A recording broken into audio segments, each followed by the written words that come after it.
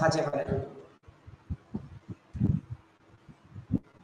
మానవ వనరులు, మానవ చేత నిర్మితమైనటువంటి వనరులు, వాటి యొక్క సమస్యలు, ప్రాధాన్యత, సహజ వనరులకి మానవ వనరులకి మధ్య ఉన్నటువంటి సంబంధం, లేదా మరి సహజ వనరులు, మానవ వనరులు ఆర్థికాభివృద్ధిలో మరి ఎటువంటి భూమికని పోషిస్తాయి అనేటువంటి అంశాన్ని ఈరోజు డిస్కస్ చేద్దాం. సాధారణంగా ఏ దేశ ఆర్థికాభివృద్ధి అయినా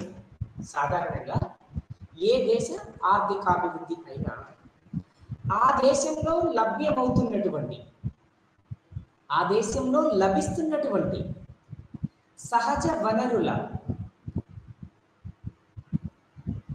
లభ్యత, సహజ వనరుల యొక్క క్వాలిటీ, నాణ్యత పైన ఆ దేశ ఆర్థికాభివృద్ధి ఆధారపడి ఉంటుంది. ఇది సత్యం. కానీ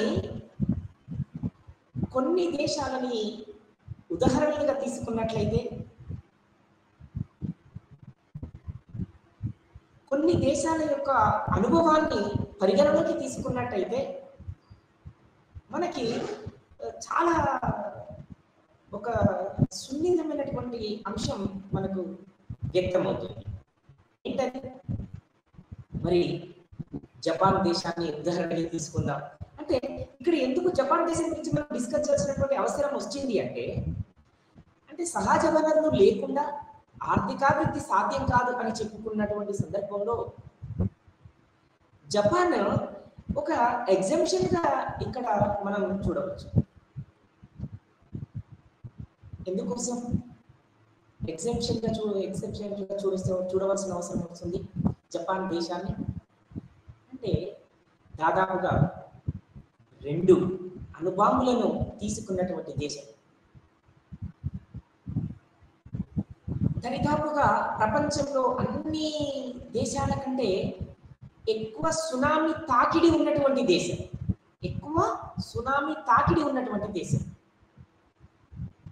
కానీ అంటే సునామీలు ఆ దేశంలో జపాన్ దేశాన్ని చాలా అరుదుగా పెద్ద మొత్తంలో దెబ్బ కొడుతూ ఉంటాయి. అయినప్పటికీ కూడా నిలదొక్కుంటుంది జపాన్. అయినప్పటికీ కూడా మరి 4వ అతిపెద్ద ఆర్థిక వ్యవస్థగా రూపాంతరం చెందుతూ వస్తుంది జపాన్. కారణం చాలా తక్కువ మోతాదులో సహజ వనరుల లభ్యత ఉంటుంది. కానీ క్వాలిటీ ఆఫ్ హ్యూమన్ రిసోర్సెస్, మానవ వనరులు అక్కడ దాదాపుగా మనం మొదటి స్థానం ఇవ్వచ్చు. దేశ ఔన్నత్యం కోసం పాటుపడడంలో, పనిచేయడంలో అక్కడ ఉన్నటువంటి ప్రజలు ఒక సమిష్టిగా కృషి చేయడం, ఉత్పత్తి తీసుకురావడం, ఉత్పాదకాలని వినియోగంలోకి తెచ్చుకోవడం. సాధారణంగా ఉత్పత్తికి కావలసినటువంటివి భూమి, శ్రమ, మూలధనం, వ్యవస్థాపన. ఇక సాధారణంగా భూమి అనగానే మనకు తెలిసిపోతుంది, it is the gift of God. ప్రకృతి తోటి మనకు నిర్మితమైనది. గిఫ్ట్ ఆఫ్ గాడ్ అని అంటారు. దేవుడి అందించినటువంటి ఒక కార్యం.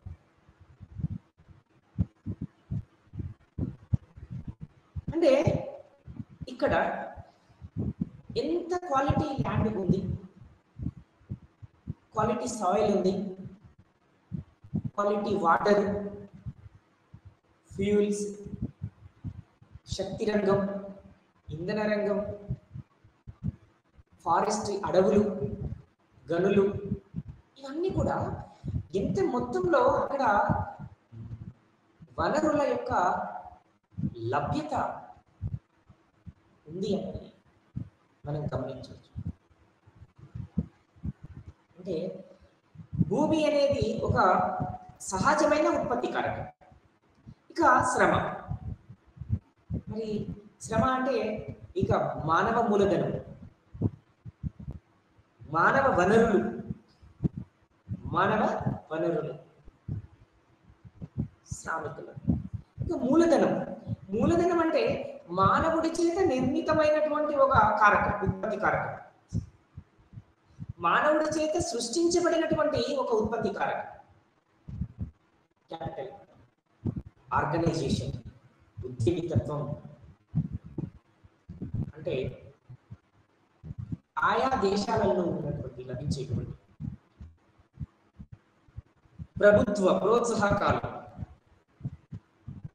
మరి ఈజీగా లభించేటువంటి భూమి, శ్రామికులు, మూలధనం.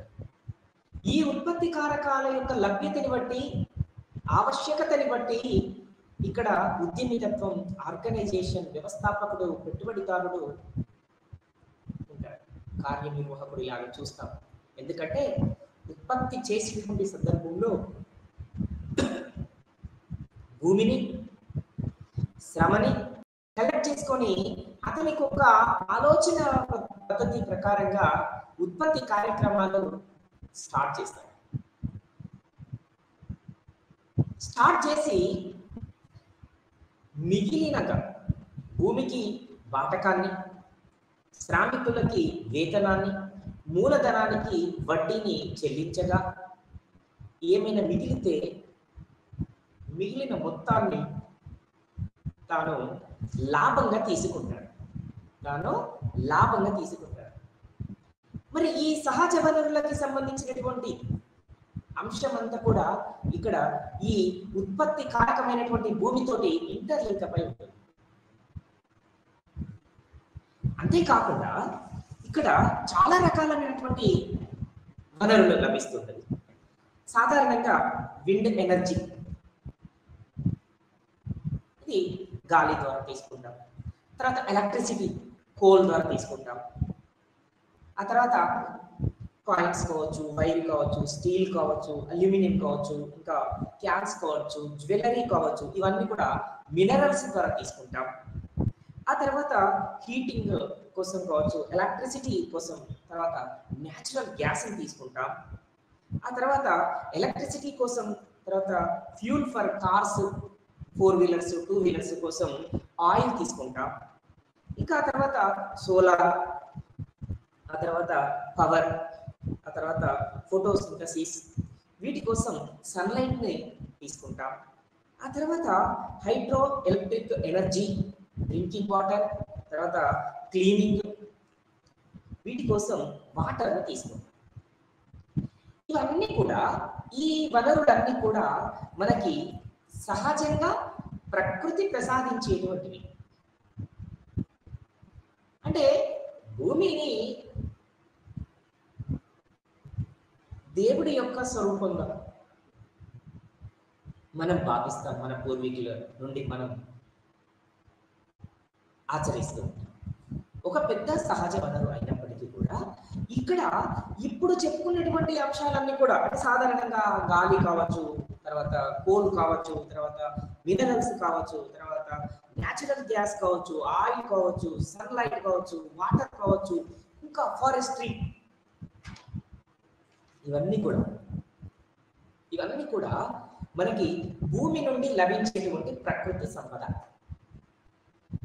ఈ సంపద ఏ మేరకు లభిస్తుంది, లభ్యమవుతుంది, ఏ మేరకు నాణ్యతను కలిగి ఉంది, మరి వీటిని ఉపయోగించుకునేటువంటి సందర్భం లోపల మరి వాటిని పూర్తిగా మనం తయారీలోకి తీసుకొస్తున్నామా లేదా అనేటువంటి అంశాలు కూడా మనకి ఒక సవాలుగా ఉంటుంది, ముఖ్యంగా అభివృద్ధి చెందుతున్న దేశాలలో.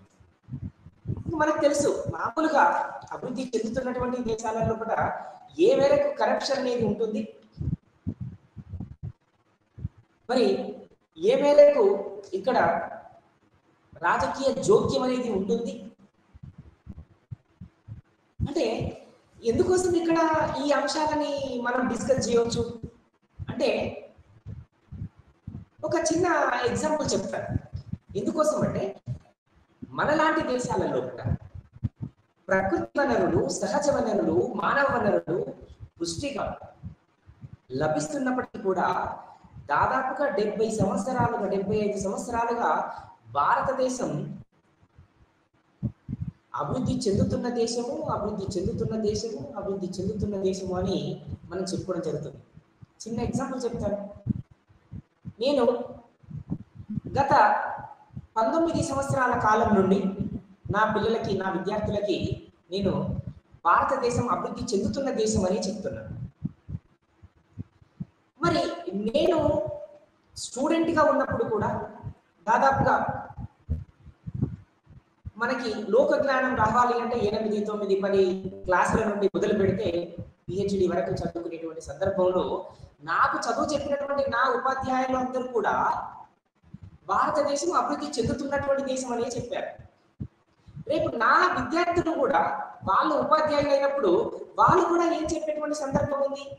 భారతదేశం అభివృద్ధి చెందుతున్న దేశం అని చెప్పేటువంటి సందర్భం ఉంది. కారణం ఏంది అసలు? ఎందుకు ఇలా అభివృద్ధి చెందుతున్న దేశం, అభివృద్ధి చెందుతున్న దేశం అనే చెప్పుకోవడానికి, సర్ది పెట్టుకోవడానికి, సర్ది చెప్పుకోవడానికి అవకాశం ఎందుకు కలుగుతుంది అంటే ఒక చిన్న ఎగ్జాంపుల్ తోటి మనం దీన్ని కన్క్లూడ్ చేయొచ్చు.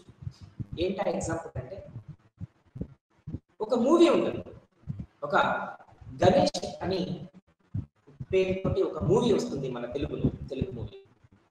అందులో ఒక విలన్ పాత్ర పోషించేటువంటి ఒక వ్యక్తి హీరో తోటి ఇలా చెప్తూ ఉంటాడు, అయ్యా నేను ఆరోగ్య శాఖ మంత్రిని, నేను 300 కోట్లు మాత్రమే తిన్నా, నన్ను వదిలేస్తే నీకు 3000 కోట్లు తిన్నటువంటి రోడ్డు భవనాల శాఖ మంత్రిని నీకు పట్టిస్తా అప్పచెప్తాను అంటే ఇక్కడ మనం అర్థం చేసుకోవచ్చు. రాష్ట్రాల సాంఘిక ఆర్థిక పురోగతి, 2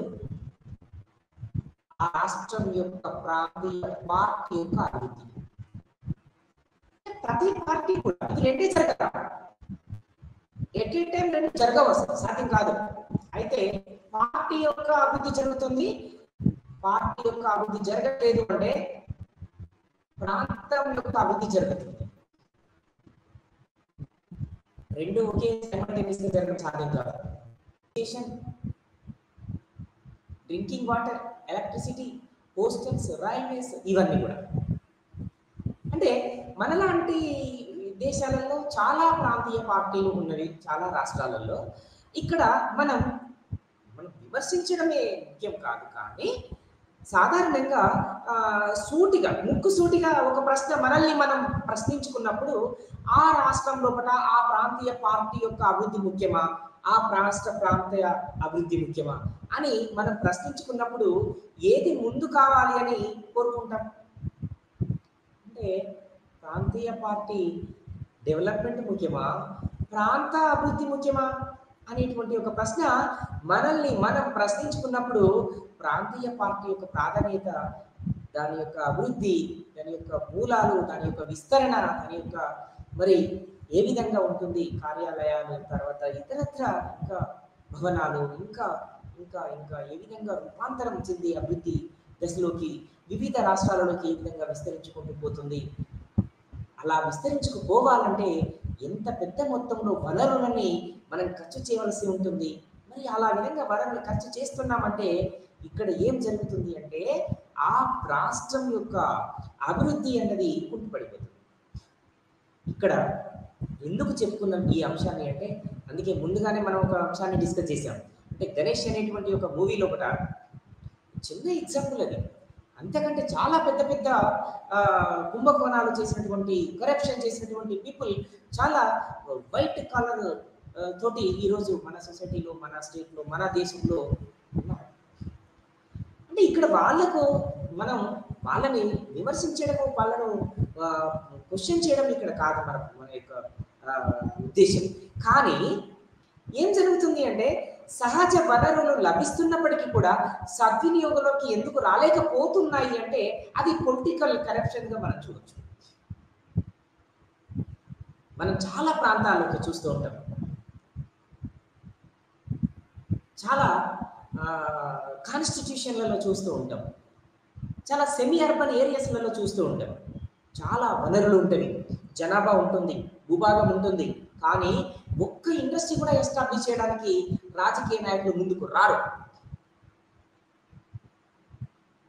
అంటే దాదాపుగా తరాలు మారుతూ ఉంటాయి, దశాబ్దం పోతుంది, మరొక దశాబ్దం వస్తుంది, మరొక దశాబ్దం వస్తుంది, పార్టీలు మారుతూ ఉంటాయి, వ్యక్తులు మారుతూ ఉంటారు, కానీ ఒక్క పరిశ్రమని కూడా ఆ ప్రాంత అభివృద్ధి కోసం స్థాపించాలనేటువంటి సంకల్పంతో ముందుకు రారు.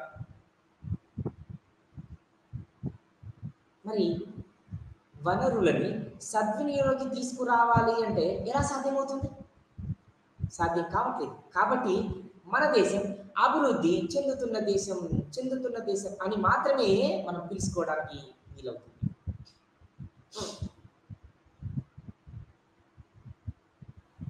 అంటే ఇటు సాంఘిక వన అవస్థాపన పెట్టుబడులు కావచ్చు, ఎకనామిక్ రీసోర్సెస్ లేకుంటే ఇన్ఫ్రాస్ట్రక్చర్ కావచ్చు. It means social infrastructure, economic infrastructure. సాంఘిక పెట్టుబడులు, ఆర్థిక పెట్టుబడులుగా మనం చూడవచ్చు. అంటే రోడ్డు, రవాణా, banking, insurance, finance, electricity, communication, energy, వీటన్నిటిపైన చేసేటువంటిదంతా కూడా ఎకనామిక్ ఇన్ఫ్రాస్ట్రక్చర్గా చూస్తూ ఉంటారు. మరి సోషల్ ఇన్ఫ్రాస్ట్రక్చర్గా అంటే హెల్త్ సెక్టార్ పైన, ఎడ్యుకేషన్ పైన, ఎడ్యుకేషనల్ ఇన్స్టిట్యూషన్స్ పైన, హ్యూమన్ క్యాపిటల్ పైన, తర్వాత డ్రింకింగ్ వాటర్, తర్వాత క్వాలిటీ ఫుడ్, క్వాలిటీ ఎన్విరాన్మెంట్, వీటి కోసం చేసేదంతా కూడా సోషల్ ఎన్విరాన్మెంట్ పై, సోషల్ ఇన్ఫ్రాస్ట్రక్చర్ పై మనం చూస్తూ ఉంటాం. దాదాపుగా శక్తి రంగాన్ని గురించి మనం మాట్లాడుకునేటప్పుడు భారతదేశం మూడవ అతిపెద్ద వినియోగదారు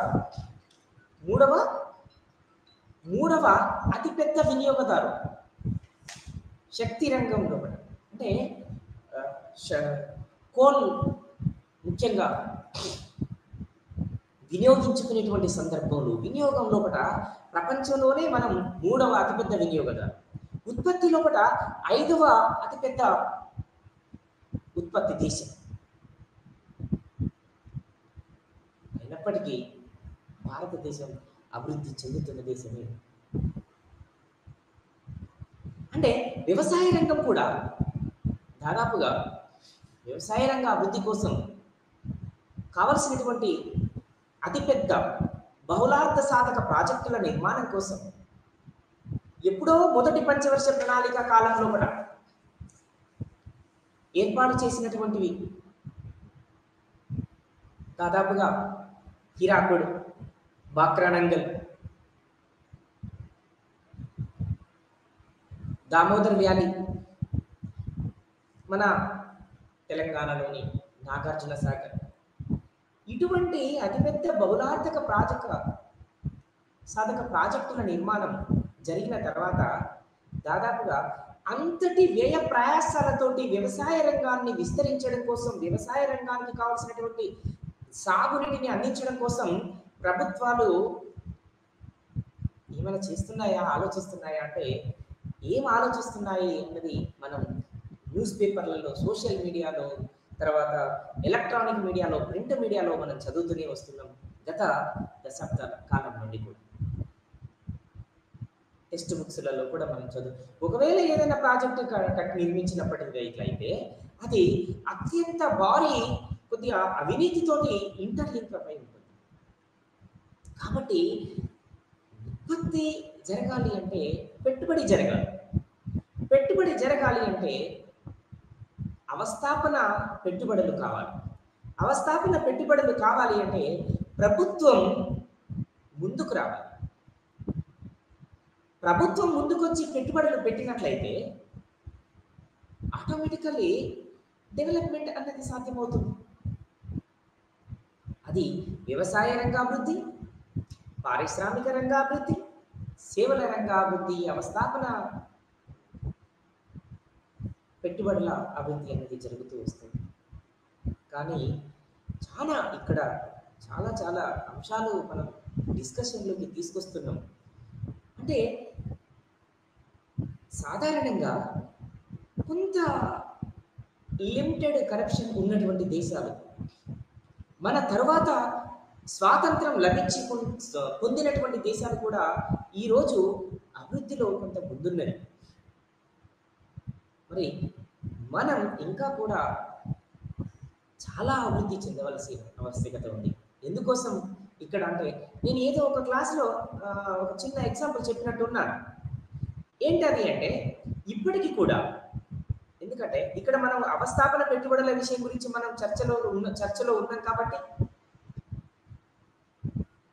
ఏటూరు నాగారం విలేజ్ అవతల ఇప్పుడు ములుగు జిల్లాలోని ఏటూరు నాగారం గ్రామ పంచాయతీ ఎడ్జిలో ఉన్నటువంటి గ్రామాలలో కూడా దాదాపుగా వాళ్ళు ఫోన్ మాట్లాడాలి అన్న ఆ ఫోన్ సిగ్నల్ సరిగా అందదు. ఇంకా ఏం కావాలి అంటే వాళ్ళు ఏం చేయాలి అంటే ఏదైనా ఒక పెద్ద ఎత్తైనటువంటి చెట్టు ఎక్కుతారు. ఆ చెట్టు చివరికి ఎక్కినప్పుడు ఆ సిగ్నల్ ప్రాపర్గా అందుతుంది. అంటే ఇప్పటికి కూడా ఇటువంటి పరిస్థితులు ఉన్నాయి అని చెప్పొచ్చు. ఇటీవలి కాలంలో దాదాపుగా ఈ ప్రాబ్లం 99% సాల్వ్ అయ్యింది. అంటే కొన్ని విలేజ్లలో నేను కూడా చూశాను. మాది కూడా ఒక మారుమూల గ్రామం కాబట్టి ఒక ఇల్లు ఎక్కాలి, నిచ్చెన వేసుకొని ఒక ఇల్లు ఎక్కితే సిగ్నల్ పర్ఫెక్ట్గా వస్తుంది, లేకుంటే అందదు, సిగ్నల్ అందదు. మనకు వచ్చే కాల్స్ రావు, మనకు కాల్ చేయాలన్నా కూడా వెళ్ళదు. అంటే ఇటువంటి సందర్భాలు కూడా మనం ప్రత్యక్షంగా పరోక్షంగా ఎలక్ట్రానిక్ మీడియా ద్వారా కావచ్చు, ప్రత్యక్షంగా మన అనుభవంలో కూడా మనం చూసినటువంటి సందర్భాలు కూడా అవ్వచ్చు. అంటే ఇది ఎందుకు ఇక్కడ మనం చర్చలోకి తీసుకొస్తున్నాం అంటే దాదాపుగా 75 సంవత్సరాల కాలం గడిచిన కానీ ఇప్పటికీ కూడా ఎంతో మరి వెనుకబాటుతనం అనేది ఉంది అని చెప్పడానికి ఇవన్నీ కూడా ఉదాహరణలే.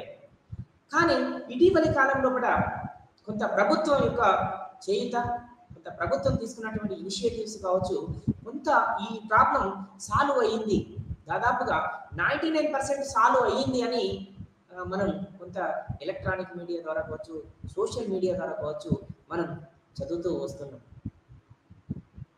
కానీ ఇంకా ఇటువంటి జటిలమైనటువంటి సమస్యలు గ్రామీణ ప్రాంతాల్లో కూడా కొన్ని ఇంకా వాటిని గ్రామీణ ప్రాంతాల అభివృద్ధికి ఒక ఆటంకంగా ఉన్నవి అని చెప్పొచ్చు. మరి ఏది ఏమైనా సహజ వనరులని, ప్రకృతి వనరులని మనం ముఖ్యంగా వాళ్లకు మనం ఆయా రంగాల అభివృద్ధికి, ఆయా ప్రాంతాల అభివృద్ధికి, అంటే ఇక్కడ ముఖ్యంగా జరగవలసింది ఏంటి అంటే ఏ ప్రాంతం అయితే విరివిగా ఎలాంటి సహజ వనరులను కలిగి ఉందో ఆ సహజ వనరుల్ని, ఆ ప్రకృతి వనరుల్ని పూర్తిగా సద్వినియోగంలోకి తీసుకురావడానికి కావలసినటువంటి పరిశ్రమలు, పెట్టుబడులు, చైతన్యం, ట్రైనింగ్, శిక్షణ,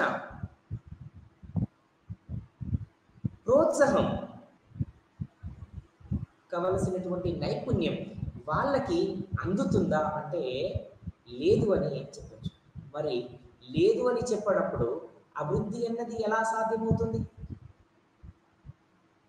అదే ఇక్కడ చాలా సందర్భాలలో కూడా పరిశ్రమలు స్థాపించాలి అంటే ఒక లాంగ్ రన్ విషన్ కావాలి.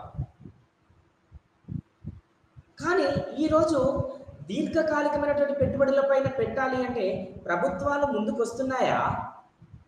ఎందుకోసం అంటే ఇప్పుడు అధికారం ఏ విధంగా చేజిక్కించుకోవాలి, ఈ చేజిక్కించుకున్నటువంటి అధికారాన్ని ఏ విధంగా పదిలంగా ఉంచుకోవాలి, మరి నా నుండి నా వారసులకి వాళ్ళ వారసుల నుండి వాళ్ళ వారసులకి అధికారాన్ని వాళ్ళ గుప్పితో పెట్టుకోవడానికి కావలసినటువంటి వనరులు ఏంది, వనరులు ఎంత అంటే ప్రతి అభివృద్ధి చెందుతున్న దేశంలో కూడా ఈ సమస్య ఇప్పుడు మనం చెప్పుకున్నటువంటి సమస్య చాలా జటిలమైనది. కాబట్టి ఉత్పత్తి రంగం కుంటుపడి, పెట్టుబడి రంగం కుంటుపడి, వనరులన్నీ కూడా దుర్వినియోగం కావడం కానీ, మరి వనరులని పూర్తిగా సద్వినియోగంలోకి తీసుకురాకపోవడం కానీ జరుగుతుంది. ఇటువంటి సందర్భంలో అంటే లాంగ్ రన్ మిషన్ అన్నది ఎందుకు అంటే, ప్రభుత్వాలు పరిశ్రమల స్థాపన అనేది చేసినప్పుడు త్వరితగతిన ప్రభుత్వాలకి రిటర్న్స్ రావు, ఆదాయాలు రావు, లాభాలు రావు. ఎప్పుడు వస్తాయి? ఒక 5 నుండి 10 సంవత్సరాల కాలం పడుతుంది ప్రభుత్వానికి రిటర్న్స్ రావాలి అంటే. కాబట్టి ప్రభుత్వాలు అటువంటి దీర్ఘకాలికమైనటువంటి అంశాలపైన పెట్టుబడులు పెట్టడానికి సిద్ధంగా లేవు. ఏం కావాలి? ఓ రెస్టారెంట్ కావచ్చు, లేకుంటే ఇమ్మీడియట్లీ రిటర్న్ రావాలి ప్రభుత్వానికి. రియల్ ఎస్టేట్ కావచ్చు. ఇటువంటి అంశాలపైన ప్రభుత్వాలు ఇంకా చాలా త్వరితగతిన చాలా అంశాలు ఉన్నవి. చాలా అంశాలు కూడా మనం ఇక్కడ డిస్కస్ చేసుకోవచ్చు. ఎందుకంటే స్వల్ప కాలంలో పెట్టుబడి పెట్టి పెద్ద మొత్తంలో ఏ విధంగా లాభాలు గడించవచ్చు అనేటువంటి వాటి కోసం అధ్యయనం చేయడం కోసం చిన్న కమిటీలను వేసేటువంటి దీన అవస్థలో మనలాంటి దేశాలు ఉన్నాయి. ఇదంతా కూడా అధికారం కోసం, అధికారాన్ని శాశ్వతంగా పదిలంగా పకడ్బందీగా ఉంచుకోవడం కోసం ఆయా పార్టీలు పడుతున్నటువంటి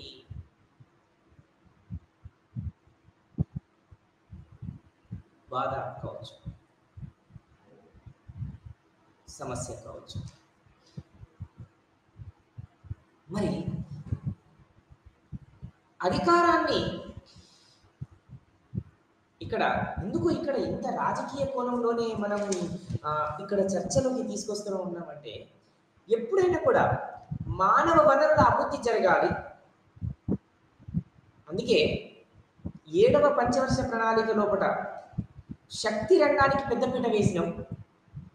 ఆ తర్వాత 8వ పంచవర్ష ప్రణాళిక లోపల మానవ వనరుల అభివృద్ధికి పెద్దపీట వేసింది. అంటే దాదాపుగా 1991 తర్వాత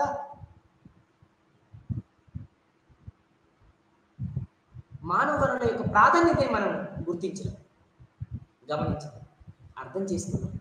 అంటే దాదాపుగా 1951 నుంచి 1991 వరకు కూడా మానవ వనరులకి మనం పెద్దపీట వేయలేకపోయింది. 6 పంచవర్ష ప్రణాళికలు పూర్తి చేసుకుంటే తప్ప శక్తి రంగం యొక్క ప్రాధాన్యత ఏంటో మనకు అర్థం కాలేదు. అంటే అర్థం కాలేదా, లేదా మనం అర్థం కానట్టు మరి ఆలోచించుకుంటూ వచ్చినమా, నటిస్తూ వచ్చినమా అన్నది కూడా మనకు ఒక సమస్యగానే మనం చూడవచ్చు.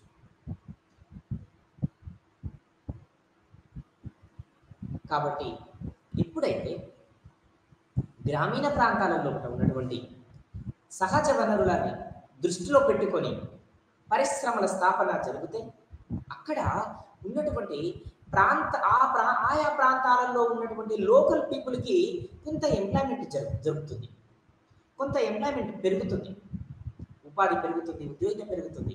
దీని ద్వారా కొంత ఉత్పత్తి పెరుగుతుంది.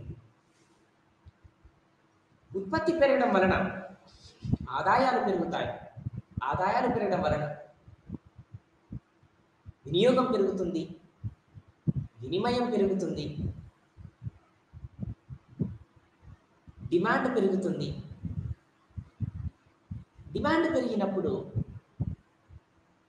తర్వాత ఆటోమేటికల్లీ వాటికి ఆయా వస్తువుల యొక్క ధరలు పెరుగుతూ వస్తుంది. ఆ తర్వాత వాటి యొక్క లాభాలు పెరుగుతూ వస్తాయి. అప్పుడు ఉత్పత్తిదారుడు, వ్యవస్థాపకుడు, నిర్వాహకుడు, పెట్టుబడిదారుడు పెద్ద మొత్తంలో లాభాలు ఆర్జించడానికి అవకాశం ఏర్పడుతుంది. తిరిగి వ్యవస్థాపకుడు మళ్ళీ ఏం చేస్తాడు, తనకు వచ్చినటువంటి లాభాలని తిరిగి మళ్ళీ రీఇన్వెస్ట్మెంట్ చేస్తూ ఉంటాడు. ఇలా పరిశ్రమలకు కావాల్సినటువంటి మరి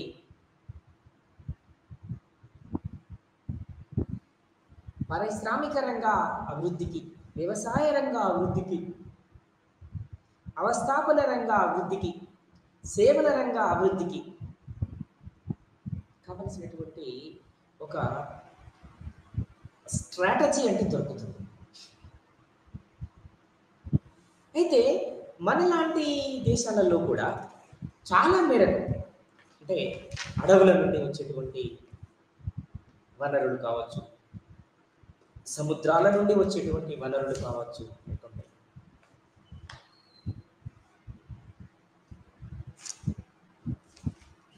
తర్వాత కోల్ నుండి వచ్చేటువంటివి కావచ్చు, ఇంధన రంగం, శక్తి రంగం నుండి వచ్చేటువంటివి కావచ్చు. సాధారణంగా మన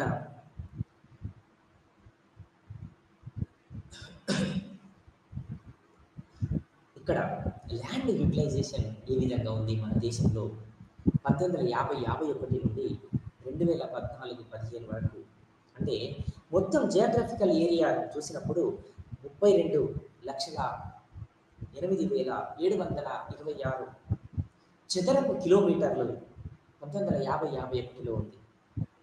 ఇది కాస్త 2014-15 వచ్చేసరికి 32,08,726 చదరపు కిలోమీటర్లుగానే ఉంది. కానీ ఏమైంది, ఫారెస్ట్ మాత్రము ఎంత ఉంది పర్సంటేజ్ అంటే 1950-51లో 40,482 చదరపు కిలోమీటర్లు ఉంది.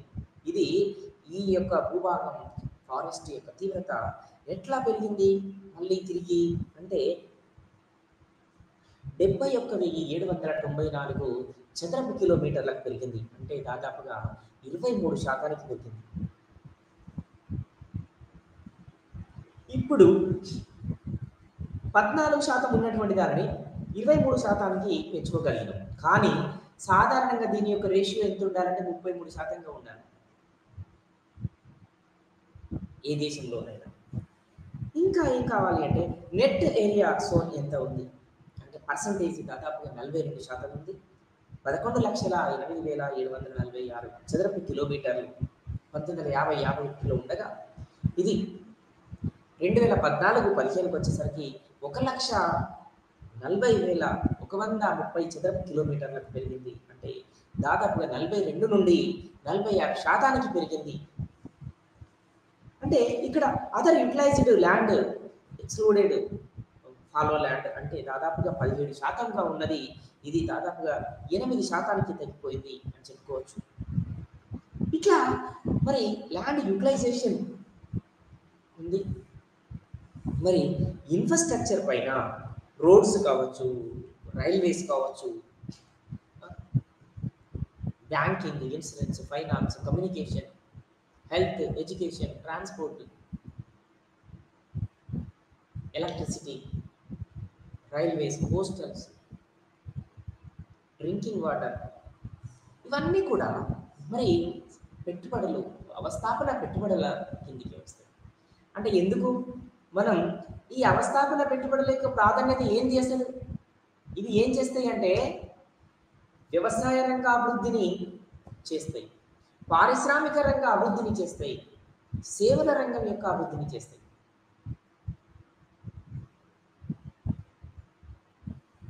అంటే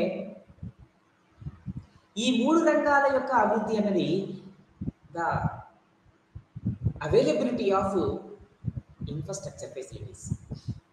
availability of infrastructure facilities depends on availability of infrastructure facilities అని చెప్పుకోవచ్చు.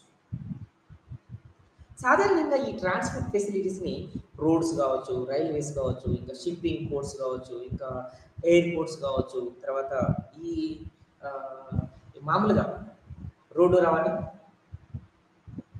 వాయు రవాణా, ఆ తర్వాత ఇంకా నీటి రవాణా.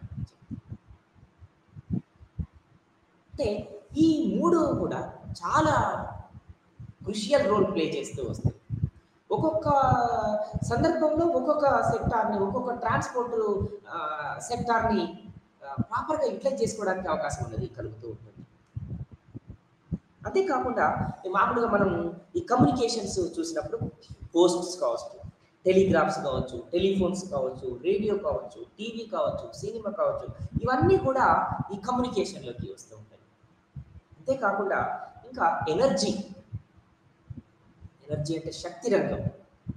మరి శక్తి రంగంలోకి వచ్చేటి ఏంటి అంటే coal, electricity, hydro, thermal, nuclear and wind, solar, oil, gas, biogas. Gas and biogas గుర్తుపెట్టుకోవాలి. ఇవన్నీ కూడా ఎనర్జీ సెక్టార్లోకి తీసుకుంటాం. ఆ తర్వాత ఇంటర్మీడియట్ గూడ్స్ అండ్ అవుట్పుట్గా minerals, steel, basic chemicals, fertilisers and pesticides and machinery and machine tools, etc. Manufacturing like that. And the productivity of natural resources, reclamation, plants, irrigation, major, medium, minor, drainage, contour, bonding and land reshaping, consolation, ఇవన్నీ కూడా of holdings, ఇవన్నీ కూడా high holding varieties, ఇవన్నీ కూడా productivity and natural resources. Science and technology, teaching, basic and applied research, national laboratories and liaison with production units. ఆ తర్వాత information system, మామూలుగా information ఎలా పాస్ చేస్తూ ఉంటాం. Mass media and libraries and museums and fairs and exhibitions, books and journals, ఇవన్నీ కూడా information సిస్టంలో పడ్డాయి. ఇంకా ఇందులో ప్రింట్ మీడియా, ఎలక్ట్రానిక్ మీడియా, తర్వాత సోషల్ మీడియాను కూడా ఇంక్లూడ్ చేసుకోవచ్చు మనం.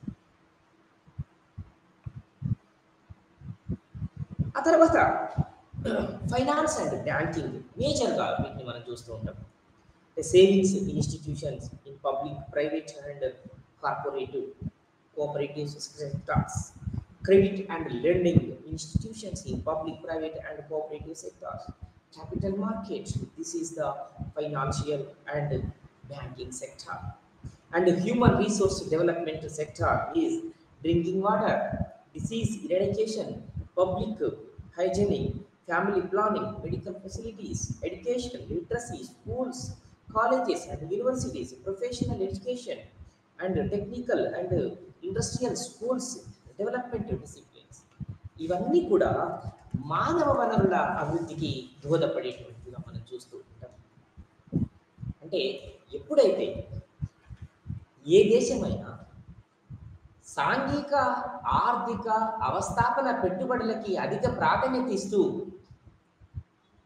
వ్యవసాయ, పారిశ్రామిక రంగాల సైడు దీర్ఘకాలికమైనటువంటి ఒక స్ట్రాటజీ తోటి ఉంటుందో ఆ దేశం త్వరితగతిన అభివృద్ధిని సాధించడానికి సాధ్యమవుతుంది, వీలవుతుంది.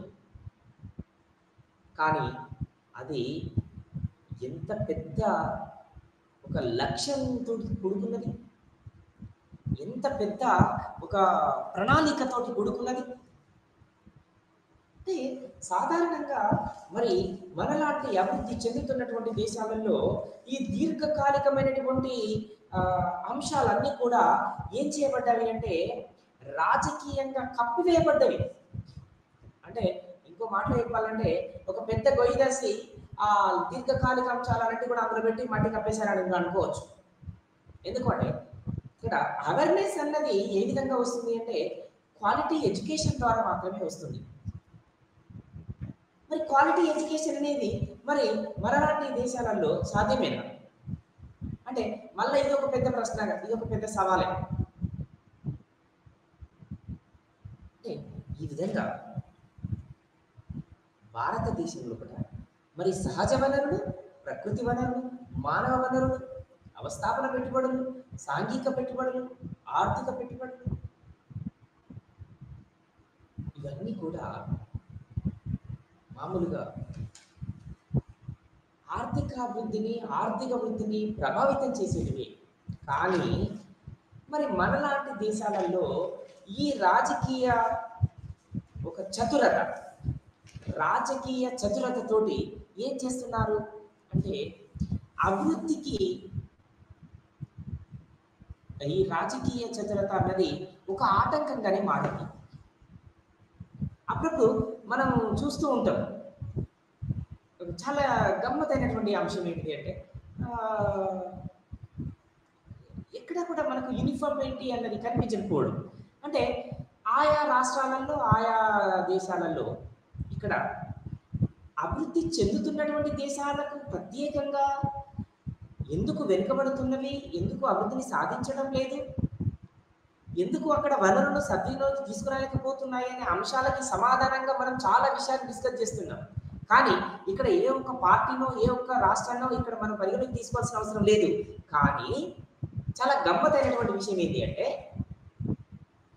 ఇక్కడ పబ్లిక్ డొమైన్ అనేటువంటి ఒక అంశాన్ని మనం తీసుకున్నప్పుడు ఇక్కడ ఎలా అవాయిడ్ అయిపోతుంది అంటే పబ్లిక్ ఇంట్రెస్ట్ తోటి సంబంధం లేనటువంటివి కొన్ని అంశాలు ఏ విధంగా చాకచక్యంగా చతురతతోటి ఏ విధంగా బిల్లులు పాస్ అవుతుంటాయి, బిల్లులు చేస్తుంటారో వాటికి అమలు దక్కుతూ ఉంటుంది. ఎలా అంటే మరి చట్ట సభలలో పనిచేసేటువంటి యొక్క నాయకుల యొక్క జీతభత్యాలు, వారికి కావాల్సినటువంటి అలవెన్సులు, వారికి కావాల్సినటువంటి సౌకర్యాలు, విలాసాలు, ఇగో వీటి కోసం కావాల్సినటువంటి బిల్స్ ఏమైనా ఉంటే ఇమ్మీడియట్లీ వాటిని ఇంప్లిమెంట్ చేసుకోవడం, వాటిని అమలు చేసుకోవడం, వాటికి కావాల్సినటువంటి బిల్స్ చట్టం చేయడం అనేది చాలా స్పీడీగా జరుగుతూ ఉంటుంది. కానీ అదే ఒక పేదవాడికి కావాల్సినటువంటి ఒక చట్టానికి కానీ ఒక మిడిల్ క్లాస్ బ్యాక్గ్రౌండ్ పీపుల్ కోసం చేయాల్సినటువంటి చట్టాన్ని అంత త్వరితగతిన చట్టసభలలో ముందుకు తీసుకెళ్తారా? అది సాధ్యమేనా అంటే ఎగ్జాక్ట్లీ సాధ్యం కాదు. కాబట్టి ఏమవుతుంది అంటే ఇక్కడ ఇటువంటి దేశాలలో, రాష్ట్రాలలో ఆర్థిక అభివృద్ధి ఎకనామిక్ గ్రోత్ అండ్ డెవలప్మెంట్ అన్నది ఇంకా వెనుకబాటి ఉన్నది అని గుర్తించుకోవచ్చు, డిస్కస్ చేయవచ్చు. అందుకే ముందే మనం చాలా చక్కని ఉదాహరణ తీసుకున్నాం. ఏంటా చక్కని ఉదాహరణ?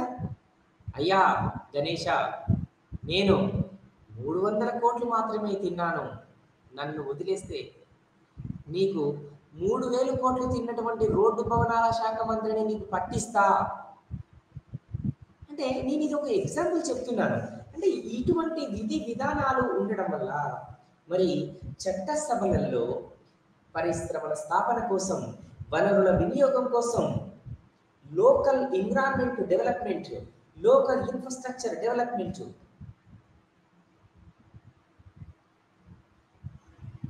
కోసం కావలసినటువంటి పాలసీలు, policy making, policy designing, policy implementation అన్నది ఒక పెద్ద సవాలుగా, ఒక పెద్ద సమస్యగానే ఉంది. కాబట్టి ఏం జరుగుతుంది? అభివృద్ధి చెందుతున్న దేశం అని చెప్పుకోవాల్సినటువంటి సిచ్యువేషన్ ఇక్కడ, ఒక స్ట్రాటజీ ఇక్కడ కనిపిస్తూ ఉంటుంది. మరి సాధారణంగా చాలా రకాల అంశాలు అభివృద్ధికి దోహదపడేవి. కానీ ముఖ్యంగా సహజ వనరులని వినియోగంలోకి తీసుకురావడం ద్వారా ఉత్పత్తి పెరుగుతుంది. మరి మనం ఇక్కడ ఇంకొక ముఖ్యమైనటువంటి విషయాన్ని కూడా మనం పరిగణలోకి తీసుకోవాలి. ఏంటిదా అంశం? ఇక్కడ వనరులు అని మనం చర్చలోకి తీసుకొచ్చే ముందు వనరులలో మళ్ళీ 2 రకాలు ఉంటాయి. Renewable resources, non renewable resources అనాలి. అంటే ఏంటి? పునరావృతం అయ్యేటువంటి వనరులు, పునరావృతం కాబడని వనరులు, పునరావృతం అయ్యేటువంటి వనరులు, పునరావృతం జరగని వనరులు, పునరావృతంలోకి రాని వనరులు. పునరావృతం కాని వనరులు అంటే మళ్ళీ ఏంటి సమస్య?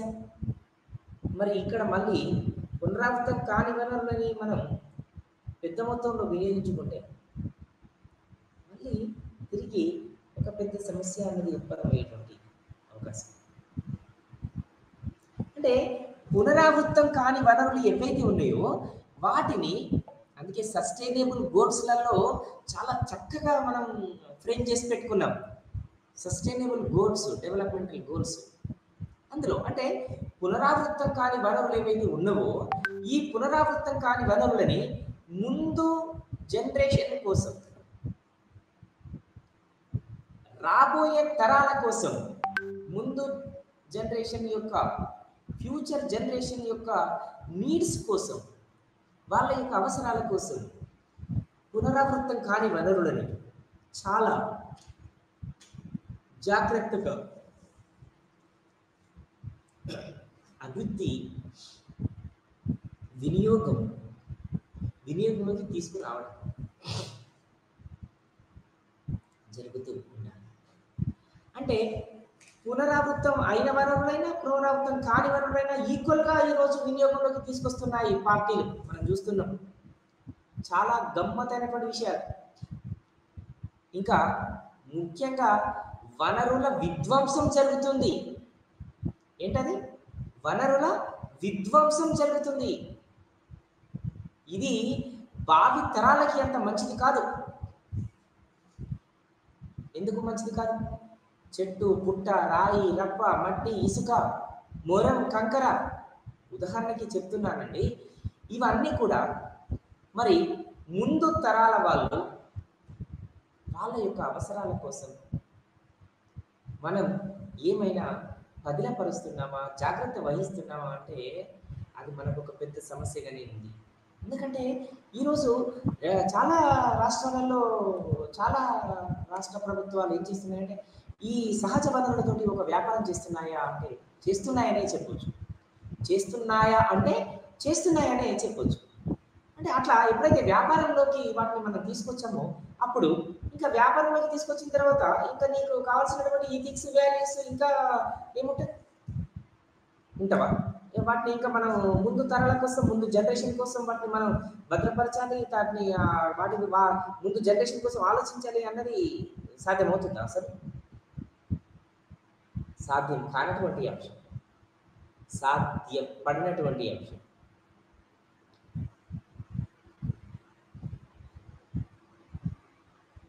అంటే ఎప్పుడైతే ముందు భావి తరాల అవసరాలను దృష్టిలో పెట్టుకొని ప్రభుత్వాలు పనిచేస్తాయో అప్పుడు ప్రజల యొక్క ఏమంటారు మన్నన పొందుతాయి. ఎందుకోసం అంటే ఆయా ప్రభుత్వాలకి ఆయా ప్రాంతాల పైన, ముందు జనరేషన్ పైన ఆ రాబోయేటువంటి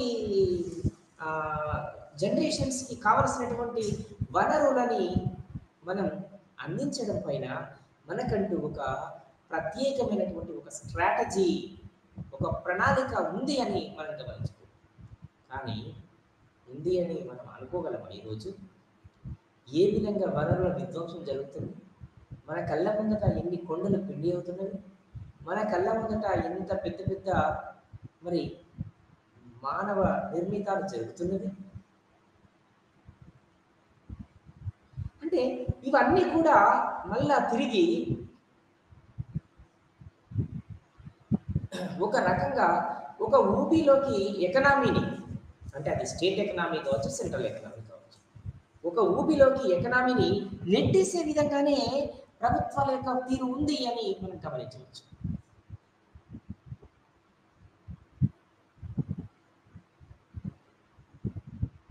కాబట్టి సహజ సిద్ధంగా, ప్రకృతి సిద్ధంగా పునరావృతం కాని వనరులు ఏవైతే ఉన్నాయో వాటిని ప్రభుత్వాలు ముందు జాగ్రత్తతో, భవిష్యత్ ఆధారంతో, భవిష్యత్తు అవసరాల కోసం, భావి తరాల అవసరాల కోసం మరి వాటిని మనం చాలా జాగ్రత్తగా మనం కాపాడవలసినటువంటి సందర్భం.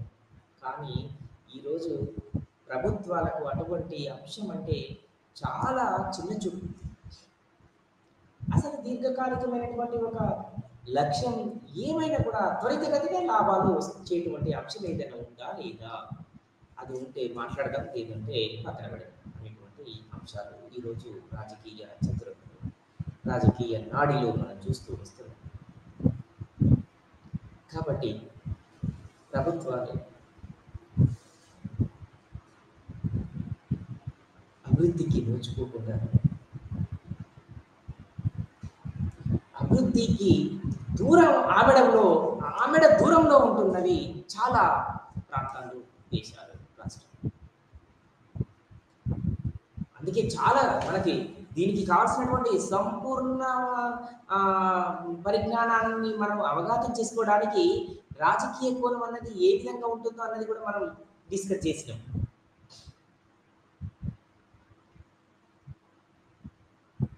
అంటే అంతేకాకుండా ప్రభుత్వాలు కూడా ఏం చేయాలి అంటే ప్రజలని చైతన్యవంతం చేయాలి. మోర్ స్కిల్డ్ లేబర్గా, మోర్ ఎఫిషియంట్ పీపుల్గా, మోర్ స్కిల్డ్ లేబర్గా, మోర్ ఎఫిషియంట్ పర్సనాలిటీగా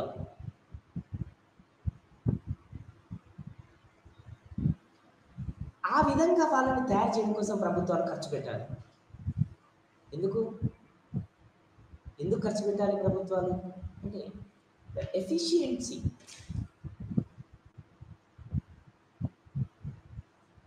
అంటే ప్రభుత్వాలకి కావలసినటువంటి వనరులు వాటి యొక్క అధికారాన్ని కాపాడుకోవడం కోసం, అధికారంలోకి రావడం కోసం పెద్ద మొత్తంలో ఖర్చు పెట్టుకుంటున్నాయి. తద్వారా మరి ఇంధన రంగం కావచ్చు, శక్తి రంగం కావచ్చు, అడవులు, నదులు, మినరల్స్, కోల్,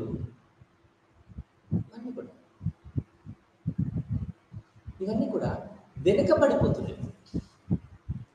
అంటే ఇవి అభివృద్ధికి నోచుకోవడం లేదు. కాబట్టి మనం దాదాపుగా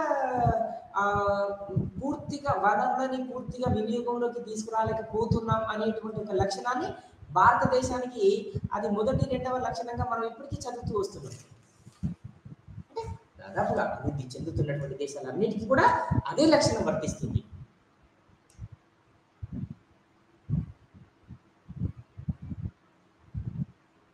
కాబట్టి వివిధ దేశాలు సహజ వనరుల లభ్యతకి, సహజ వనరుల వినియోగానికి, మానవ వనరులని అభివృద్ధికి, మానవ వనరులని పూర్తిగా వినియోగంలోకి తీసుకురావడానికి కావలసినటువంటి యాక్షన్ ప్లాన్స్ తయారు చేసుకుంటూ ముందు చూపుతోటి భావితరాల అవసరాల కోసం ముందు జాగ్రత్త కోసం ప్రజలు ప్రభుత్వాల పాలసీస్ని ఏర్పాటు చేసుకోవాలి.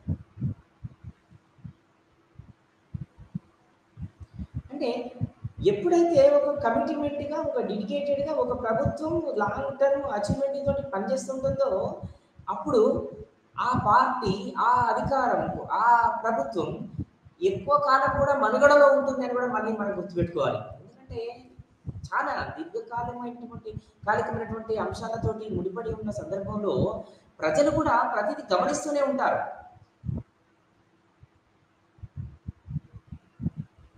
కాబట్టి ఆయా దేశాలకి చాలా, ఆయా ప్రాంతాలకి, ఆయా ప్రాంతీయ అభివృద్ధికి చాలా ఇది ఒక దిక్సూచిగా పనిచేస్తూ ఉంటుంది. ఇంకా మనలాంటి అభివృద్ధి చెందుతున్నటువంటి దేశాలలో మనలాంటి అభివృద్ధి చెందుతున్నటువంటి దేశాలలో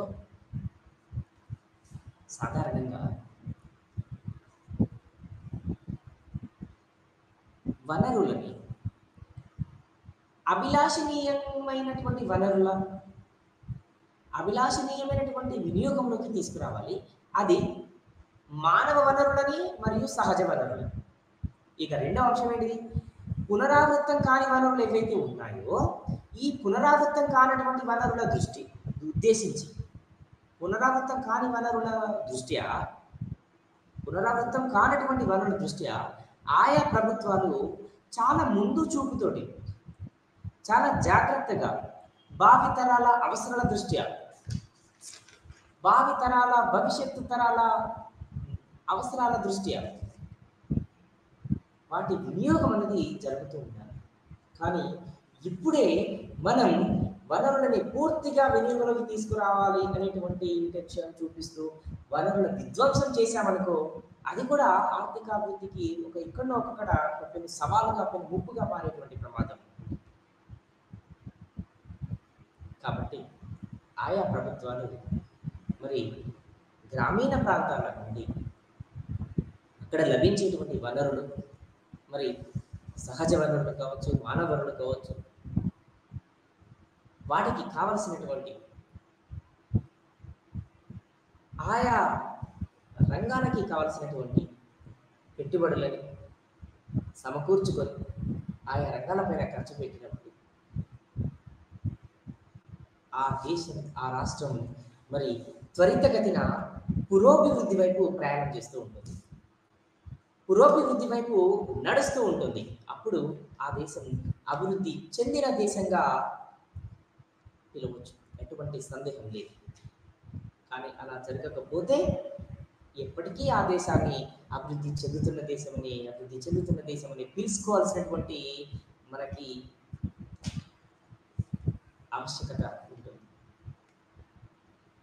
కాబట్టి ఏ దేశంలోనైనా సహజ మానవ వనరుల లభ్యత, సహజ మానవ వనరుల యొక్క కృషి లభ్యత, మరి క్వాలిటీ, నిర్మాణం, యూటిలైజేషన్, వినియోగం అన్నది ఆ దేశం యొక్క ఆర్థిక అభివృద్ధికి కీలకమైనటువంటి భూమికని పోషిస్తూ ఉంటుంది.